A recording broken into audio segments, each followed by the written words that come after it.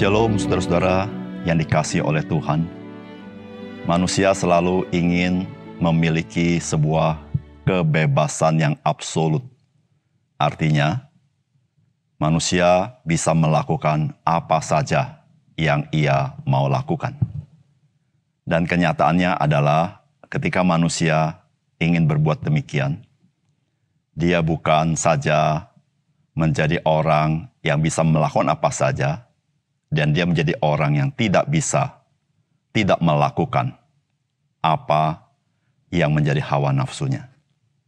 Saudara yang kasih dalam Tuhan, menjadi orang yang merdeka bukanlah bisa berbuat apa saja. Tetapi menjadi orang merdeka adalah dia bisa melakukan apa yang patut ia lakukan, yaitu segala sesuatu yang memperkenankan Tuhan. Itulah orang yang merdeka. Salam jumpa dalam program Tuhan adalah Gembalaku. Pernyataan yang seringkali disebutkan orang terkait dengan hukum atau peraturan, yaitu peraturan dibuat untuk dilanggar. Saudara, tentu kalimat ini merupakan kalimat sedikit sindiran. Pasti maksudnya peraturan tidak dibuat untuk dilanggar. Namun, kebanyakan pada umumnya yang terjadi dengan adanya peraturan, maka semakin banyak pelanggaran yang dibuat oleh orang. Saudara, kita pun heran bahwa semakin dilarang, maka semakin orang berusaha untuk melanggarnya. Saudara, Alkitab memberikan penjelasan seperti ini dalam Roma pasal 7 ayat 5. Sebab waktu kita masih hidup di dalam daging, hawa nafsu dosa yang dirangsang oleh hukum Taurat bekerja dalam anggota-anggota tubuh kita agar kita berbuah bagi maut.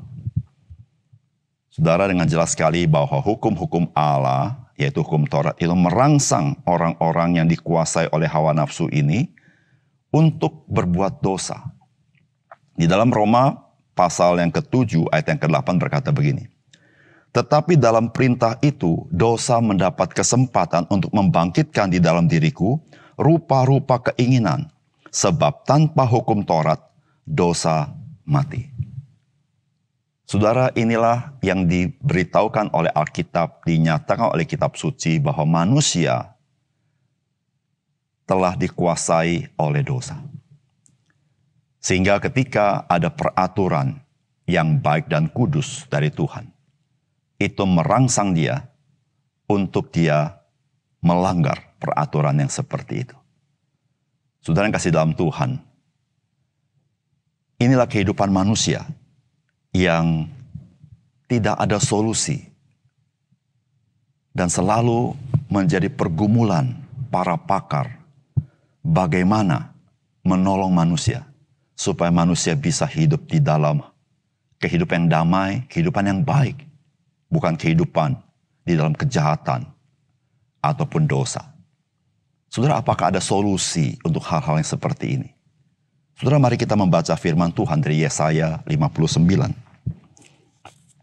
Sesungguhnya tangan Tuhan tidak kurang panjang untuk menyelamatkan, dan pendengarannya tidak kurang tajam untuk mendengar. Tetapi yang merupakan pemisah antara kamu dan Allahmu ialah segala kejahatanmu. Dan yang membuat dia menyembunyikan diri terhadap kamu sehingga ia tidak mendengar ialah segala dosamu. Sebab tanganmu cemar oleh darah dan jarimu oleh kejahatan. Mulutmu mengucapkan dusta, lidahmu menyebut-nyebut kecurangan. Tidak ada yang mengajukan pengaduan dengan alasan benar, dan tidak ada yang menghakimi dengan alasan teguh. Orang mengandalkan kesia-siaan dan mengucapkan dusta. Orang mengandung bencana dan melahirkan kelaliman. Mereka menetaskan telur ular beludak dan menenun sarang laba-laba. Siapa yang makan dari telurnya itu akan mati. Dan apabila sebutir ditekan pecah, keluarlah seekor ular beludak.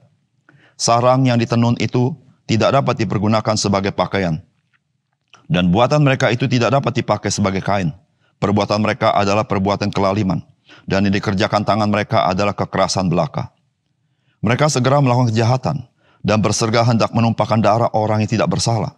Rancangan mereka adalah rancangan kelaliman. Dan kemana saja mereka pergi, mereka meninggalkan kebinasaan dan runtuhan. Mereka tidak mengenal jalan damai, dan dalam jejak mereka tidak ada keadilan. Mereka mengambil jalan-jalan yang bengkok, dan setiap orang yang berjalan di situ tidaklah mengenal damai. Sebab itu keadilan tetap jauh daripada kami, dan kebenaran tidak sampai kepada kami. Kami menanti-nantikan terang, tetapi hanya kegelapan belaka menanti-nantikan cahaya, tetapi kami berjalan dalam kekelaman. Kami meraba-raba dinding seperti orang buta, dan meraba-raba seolah-olah tidak punya mata. Kami tersandung di waktu tengah hari seperti di waktu senja, duduk di tempat gelap seperti orang mati. Kami sekalian meraung seperti beruang, suara kami redup seperti suara burung merpati. Kami menanti-nantikan keadilan tapi tidak ada, menanti-nantikan keselamatan tapi tetap jauh dari kami. Sungguh dosa pemberontakan kami banyak di hadapanmu, dan dosa kami bersaksi melawan kami. Sungguh kami menyadari pemberontakan kami, dan kami mengenal kejahatan kami. Kami telah memberontak dan mungkir terhadap Tuhan, dan berbalik dari mengikut Allah kami. Kami merancangkan pemerasan dan penyelewengan, mengandung dusta dalam hati dan melahirkannya dalam kata-kata. Hukum telah terdesak di belakang, dan keadilan berdiri jauh-jauh, sebab kebenaran tersandung di tempat umum, dan ketulusan ditolak orang. Dengan demikian kebenaran telah hilang, dan siapa yang menjauhi kejahatan, ia menjadi korban rampasan. Tetapi Tuhan melihatnya, dan adalah jahat di matanya bahwa tidak ada hukum. Ia melihat bahwa tidak seorang pun yang tampil, dan ia tertegun karena tidak ada yang membela. Maka tangannya sendiri memberi dia pertolongan, dan keadilannya lah membantu dia. Ia mengenakan keadilan sebagai baju zirah, dan ketopong keselamatan ada di kepalanya. Ia mengenakan pakaian pembalasan dan menyelubungkan kecemburuan sebagai jubah. Sesuai dengan perbuatan-perbuatan orang, demikianlah ia memberi pembalasan, kehangatan murka kepada lawan-lawannya, ganjaran kepada musuh-musuhnya, bahkan kepada pulau-pulau yang jauh ia memberi ganjaran. Maka orang akan takut kepada nama Tuhan di tempat matahari terbenam, dan kepada kemuliaannya di tempat matahari terbit. Sebab ia akan datang seperti arus dari tempat yang sempit, yang didorong oleh nafas Tuhan, dan ia akan datang sebagai penebus untuk Sion, dan untuk orang-orang Yakub yang bertobat dari pemberontakannya. Demikianlah firman Tuhan. Adapun aku, inilah perjanjianku dengan mereka, firman Tuhan. Rohku yang menghinggapi engkau, dan firmanku yang kutaruh dalam mulutmu, tidak akan meninggalkan mulutmu, dan mulut keturunanmu, dan mulut keturunan mereka, dari sekarang sampai selama-lamanya.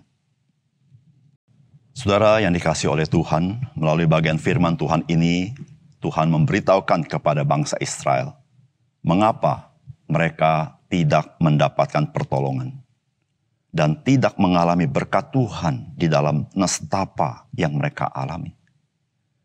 Tuhan menegaskan kepada mereka bahwa karena dosa-dosa mereka. Pertanyaannya adalah, apakah Tuhan tidak maha kuasa sehingga terhalang oleh dosa mereka? Tidak juga.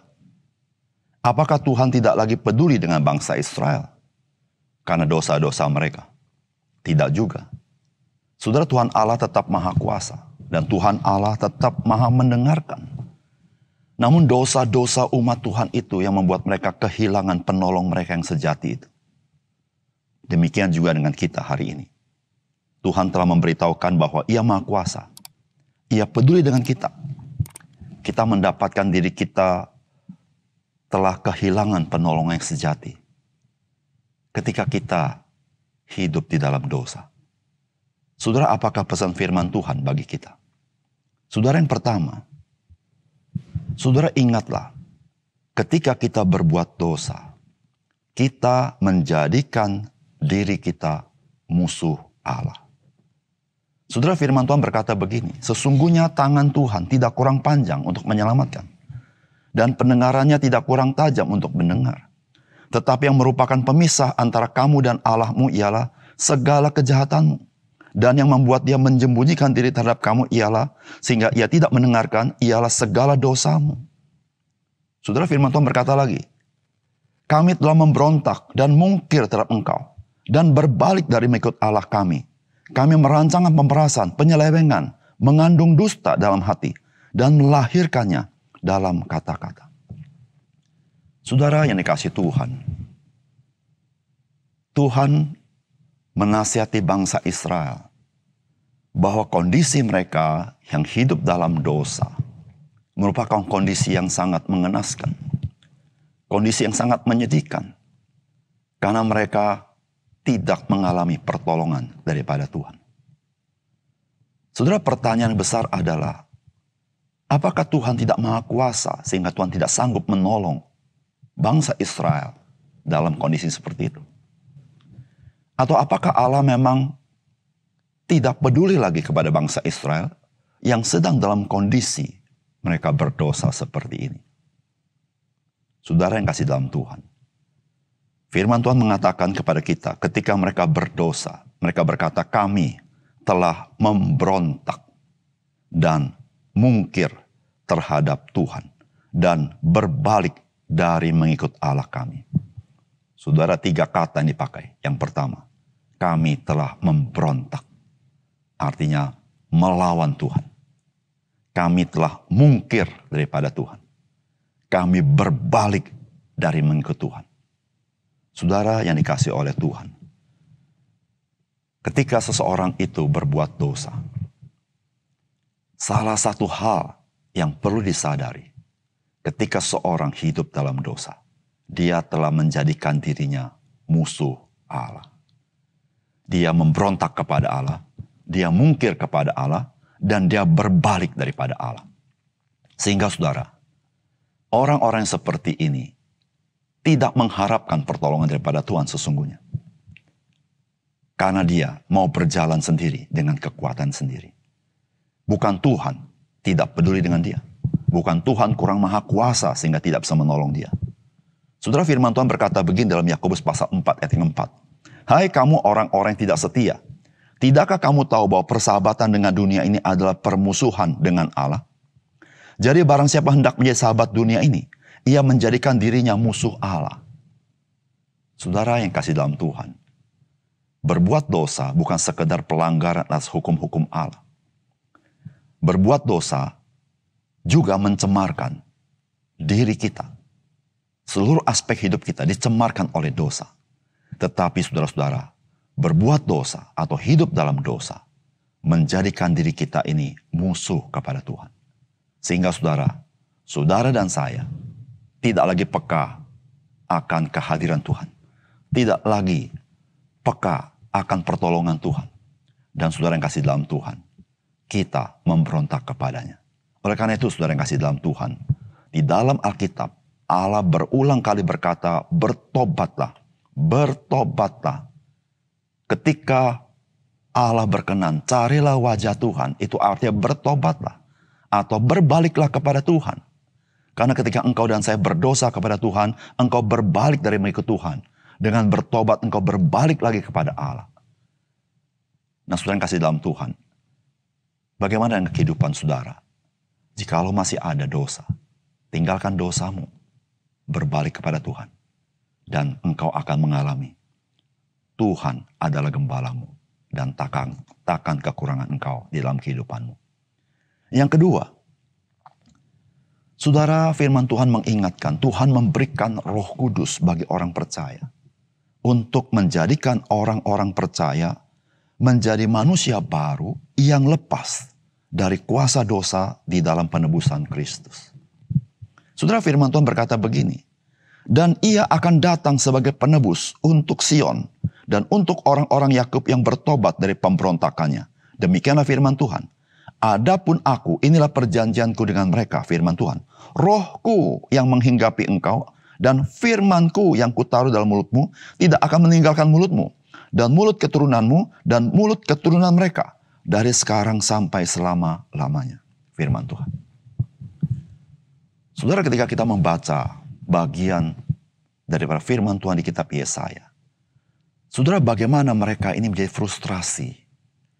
Bahwa mereka ini mau hidup benar tapi tidak bisa. Mereka mencari keadilan tapi tidak bisa. Mereka menjadi orang-orang yang terbelenggu, tidak sanggup. Meskipun mereka tahu apa yang baik, meskipun mereka tahu apa yang benar, tapi mereka tidak sanggup melakukannya. Saudara, sebetulnya hal ini adalah jeritan umat manusia dari zaman ke zaman. Saudara, berapa banyak orang mencucurkan air mata, kenapa? Karena dia tidak sanggup melepaskan diri dari segala sesuatu yang dia tahu mencelakakan hidup dia. Dan dia sadar pada saat itu, dia begitu terikat. Memang pada awalnya, Manusia merasa ketika mereka mendapatkan kebebasan yang sebebas-bebasnya, apapun yang mereka mau kerjakan, mereka bisa kerjakan, yang mereka anggap itu kebebasan, tapi pada akhirnya bermuara kepada mereka menjadi orang-orang yang sadar. Mereka tidak bisa lepas daripada lumpur itu. Mereka terikat dan terus dijerumuskan menuju kebinasaan. Saudara yang dikasih oleh Tuhan, bagian firman Tuhan ini memberitahukan kepada kita bahwa ketika Tuhan memberikan hukum-hukumnya kepada bangsa Israel, tidak berarti bahwa mereka itu sanggup melakukannya. Tetapi Tuhan ingin mereka bersandar kepada Tuhan. Tetapi mereka justru tidak bersandar kepada Tuhan. Dan Tuhan memberikan sebuah janji yang sangat indah bahwa Tuhan akan mengirim seorang penebus, yaitu Mesias. Itulah Yesus Kristus. Saudara, dia akan menebus umat manusia ini. Sehingga orang-orang percaya kepadanya, saudara. Dia dilepaskan daripada kuasa dosa, kuasa maut, kuasa hukum Taurat. Sehingga mereka, saudara-saudara, ketika mereka percaya Tuhan Yesus, mereka menerima Roh Kudus yang melahirkan baru mereka kembali. Menjadi manusia baru. Dan disitulah, saudara-saudara, Alkitab mengatakan, firman Tuhan itu ditaruh di dalam mulutnya. Dari turunan ke turunan. Nah, saudara, apa artinya? Artinya, saudara, ketika kita menjadi manusia baru, maka firman Tuhan itu menjadi kesukaan bagi kita untuk kita hidupi. Kita melakukannya tidak dengan terpaksa. Karena kita suka akan firman Tuhan itu. Karena roh memperbarui jiwa kita. Sebelum roh memperbarui jiwa kita, maka firman Allah, peraturan Allah menjadi sesuatu yang mengkang kita. Kita merasa dibatasi oleh firman Tuhan. Kita merasa tidak punya kemerdekaan. Kita merasa terpaksa melakukannya. Kita tidak nyaman melakukannya. Kita tidak suka melakukannya. Karena apa? Karena roh kita mati. Rohani kita mati. Maka kita tidak suka apa yang menjadi kesukaan Tuhan. Namun saudara, ketika seseorang dilahirkan kembali oleh darah Yesus, melalui kuasa Roh Kudus, maka batin diperbaharui. Maka dia menaruh firman Tuhan di tanah yang terbaik di dalam hatinya. Dan di situ, saudara-saudara, dia boleh menjadi orang merdeka. Apa artinya? Dia bisa di dalam anugerah Tuhan melakukan kebenaran firman Tuhan. Saudara yang kasih dalam Tuhan, tidak ada harapan lain yang dapat diberikan oleh manusia kepada umat manusia untuk lepas daripada kekuatan dosa yang mengikat. Hanya oleh darah Yesus Kristus melalui kuasa Roh Kudus yang memperbaharui. Mari kita berdoa. Bapa surga, terima kasih untuk kebenaran firman-Mu. Biarlah firman-Mu sekali lagi menyapa kami, memberikan kami kesadaran bahwa tidak ada satu metodologi yang tepat dan efektif untuk melepaskan kami daripada keterikatan kuasa dosa yang menjerumuskan hidup kami. Siapapun kami ya Tuhan, kecuali oleh darah Yesus Kristus dan melalui kuasa Roh Kudus yang memperbaharui kami menjadi manusia baru. Sehingga firman Tuhan menjadi kesukaan bagi kami. Firman Tuhan menjadi jalan dan terang bagi hidup kami. Bukan lagi firman Tuhan menjadi kekangan bagi kami. Firman Tuhan menjadi batasan bagi kami, membuat kami tidak merdeka. Justru ya Tuhan, ketika kami mengenal Engkau, kami merasa merdeka di dalam firman-Mu. Terima kasih Tuhan. Dalam nama Tuhan Yesus kami berdoa. Amin.